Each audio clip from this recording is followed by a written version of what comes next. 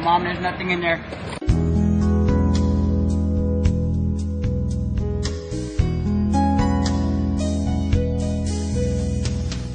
Medicaid provides medical health care coverage for people who are eligible because of low income and having a disability. Basic Medicaid coverage pays for health care such as doctor's visits, hospitalizations, and medications. It also pays for durable medical equipment like wheelchairs and communication devices. Importantly, for Medicaid-eligible children under age 21, Medicaid must provide all medically necessary services. These might include private duty nursing, personal care services, therapies, or psychological services. Medicaid is a major source of funding for long-term care institutions, nursing homes, and group homes. But Medicaid also funds services for individuals in the community as an alternative to facility care through so-called waiver programs. This video will provide information about some of the Medicaid waiver programs which provide services above and beyond basic Medicaid. Medicaid waivers provide a wide range of services and supports that are flexible, individually tailored, and cover more services than basic Medicaid alone. Services can be provided in a person's own home or in the community. Texas has 7 such waivers. Each of the 7 waiver programs has different eligibility criteria, but they share the common feature that the income eligibility criteria is based on an individual's income, not their family's income, and an individual can have income up to 3 times the SSI limit, or about $2,022 a month in 2009, and still qualify. Because the demand for Medicaid waivers exceeds the availability, individuals usually must sign up for an interest list and wait until a spot opens up for them. This video is one part of a package of informational tools. For information for the entire series, please visit the website of the Texas Council for Developmental Disabilities at www.txddc.state.tx.us. We're going to meet several individuals who receive services and supports from 4 of the most frequently used Texas Medicaid waiver programs provided through the Department of Aging and Disability Services. Each of the programs has its own eligibility criteria, and each has a different array of services.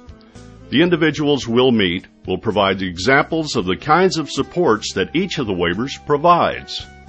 Detailed written information is available about specific eligibility criteria and the services, but the following stories might help you see how some of these programs work in terms of everyday lives. The CBA, or Community-Based Alternatives Waiver, is for adults who are eligible for a nursing facility. When Luis was 19 years old, he was in a car accident that left him in a coma.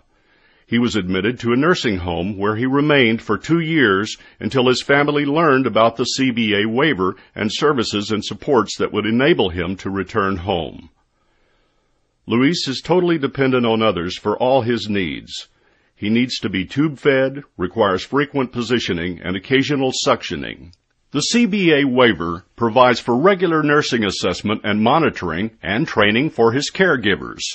It pays for personal assistance services which allow Luis's family members who have given up employment opportunities to be paid for providing his care.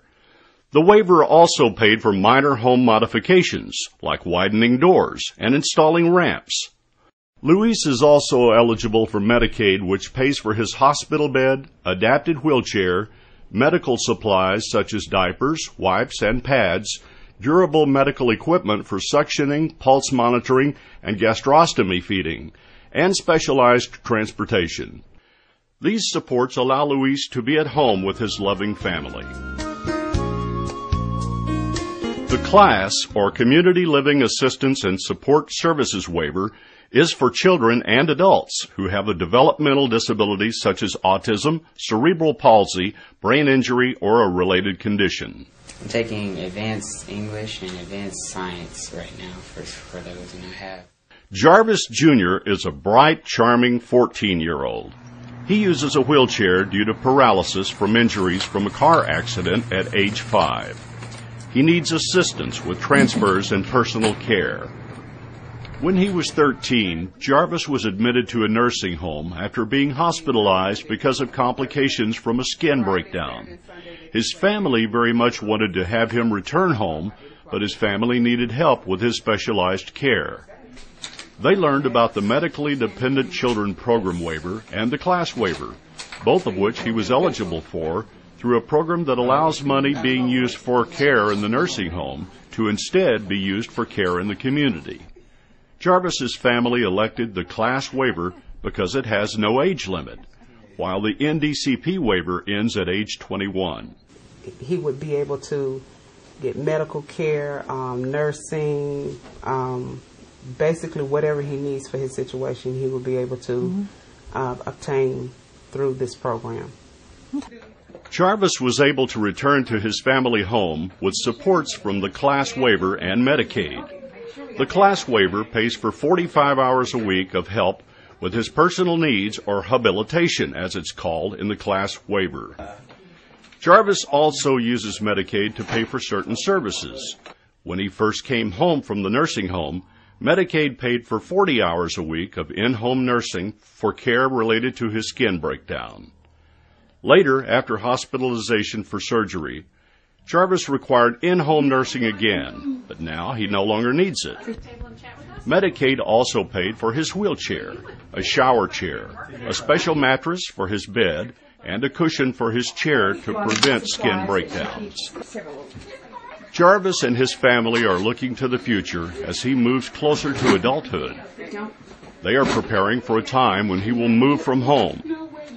Home modifications are available from the Class Waiver, but each person is limited to only using a certain amount in a lifetime. Because of this limit, the family is foregoing needed modifications now, so that Jarvis can have access to money for modifications when he is an adult. I want to go to UT. Jarvis is clear that he wants to go to college. He knows he will need personal assistance to help him live on his own, and will have the Class Waiver to cover it when he's ready. The HCS, or Home and Community-Based Services Waiver, is for children and adults with an intellectual disability with an IQ below 70, or related condition with an IQ below 75. Caitlin and Amira live with a support family who was chosen by their own families when they could no longer care for them. The living arrangement is possible through a service called Foster Companion in the HCS waiver. Caitlin is 8 years old. She has severe cognitive disabilities and is unable to walk or talk and needs assistance with all her personal care. When her parents were unable to care for her at home, Caitlin was placed in a large facility with 60 other individuals with disabilities, the only option her family could find. Later, when they learned Caitlin was eligible for the HCS waiver, they accepted it because it offered them a different option. They chose the family-based alternative from the HCS waiver service array called Foster Companion, which pays for the support family who now cares for Caitlin. All of her therapy is provided, the equipment that she needs, and of course there are time frames. I think a wheelchair every 3 years or so, but it provides for them their growth. The support family was recruited by a provider agency, which is responsible for assuring they provide good care and have the support they need to do so. Caitlin's parents chose the support family she lives with, and they feel very comfortable with both her care and their relationship. The HCS waiver also pays for home modifications. As Caitlin grows, helping her get in and out of the bathtub is becoming more challenging in a small bathroom.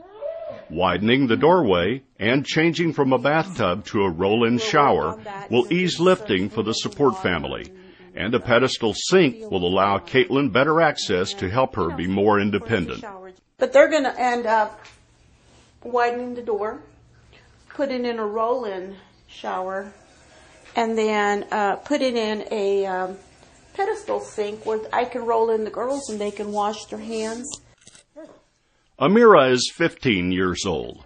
She has cerebral palsy, intellectual disabilities, a seizure disorder, and scoliosis. She has a history of respiratory problems that resulted in frequent hospitalizations in the past. She needs assistance with all of her personal care. Amira lives with a support family chosen by her parents and provided through the HCS waiver. Medicaid pays for the durable medical equipment she needs, including a suction machine, a nebulizer for breathing treatments, and a medical device to provide chest percussion. It's a vest, and it vibrates, and it loosens up all the congestion. In addition, she needs an adapted wheelchair, which is covered by Medicaid. When Amira becomes an adult, the HCS waiver will continue to provide for the support family, or will enable support for another community living arrangement if desired. The MDCP, or Medically Dependent Children Program, is for children under age 21 who meet nursing facility eligibility. Jonathan is an outgoing, happy 20-year-old who lives at home with his parents and 2 of his 6 brothers and sisters. Jonathan uses a wheelchair because of his cerebral palsy and relies on others for assistance with all of his personal care. Jonathan's family went for many years with no support in the home. They were unable to make modifications to the bathroom, the home, and to their vehicle, and were also unable to get any help with the constant medical and physical support that Jonathan needed. The family did not qualify for services through Medicaid. They learned about the MDCP waiver and placed Jonathan on the waiting list. After several years on the list, Jonathan's name finally came to the top. With the waiver, Jonathan also became eligible for Medicaid. The Medically Dependent Children Program provides respite delivered by a nurse or a personal attendant. The program also allows Jonathan to attend camp in the summer, where he was named King of the Dance.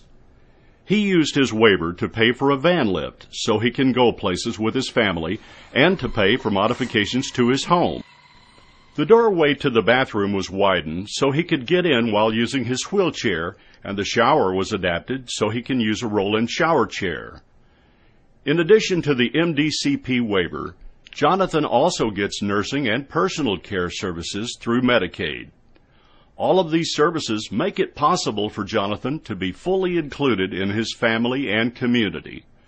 We are extremely grateful for this program, and everywhere I turn I see families who are also share our gratitude for this program and for the class program, for HCS. They provide services that make it possible for these children to stay at home, and that's what we want. I mean, that is what families desire, is to keep our families together. We hope this information has been useful.